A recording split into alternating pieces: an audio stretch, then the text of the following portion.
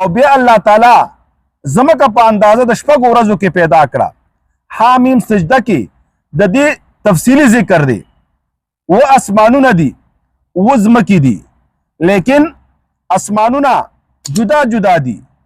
سورة طلاق کې الله تعالی فرمایي ومن الارض مثلهن. دینه معلومیږي چې څنګه اسمانونه ودي نو دقه شان زمکې هم ودي لیکن اسمانونه جدا جدا دي. هر اسمان په منځ کې دومره فاصله ده لکه د زمکې او د لومبي اسمان په منځ کې څومره فاصله ده. لیکن زمکې داسې دي لکه د کتاب صفحې یو بل سره جوختې دي یا د پیس پاڼې یو بل سره جوختې دي پیوستې د هغې په منځ کې څه فاصله نشته.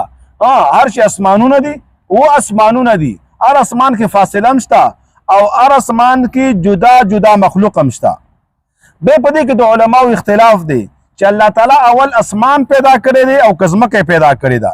غوره قول په دې کې دا دی چې اول الله تعالی ځمکه پیدا کړه بیا الله تعالی اسمان پیدا کړ لیکن ځمکه چې الله تعالی پیدا کړه دا غونډه وه. اسمان پیدا کړ اسمان الله تعالی د یو خیمې په شان چې څنګه ولاړ دی دقه شان الله تعالی برابر کړ. رڼاګانې پکې پیدا کړي او روایاتو نه معلومیږي چې دا هر څه د اوبو نه پیدا شوي دي.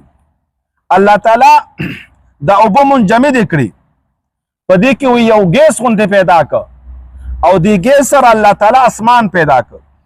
لکه څرنګه په دې دور کې د عام پلاستیک والا بوتلې د پیپسي یا د نورې دا یو دانه راځي او هغه ماشین کې هوا ورکوي او هغې سره دا پړسیږي او غټه لیټره او 2 لیټره بوتل ترې نه جوړیږي. دقه شان الله تعالی په خپل قدرت سره دې کې یو ګیس پیدا کړ او اسمان یې ترنه جوړ کړ.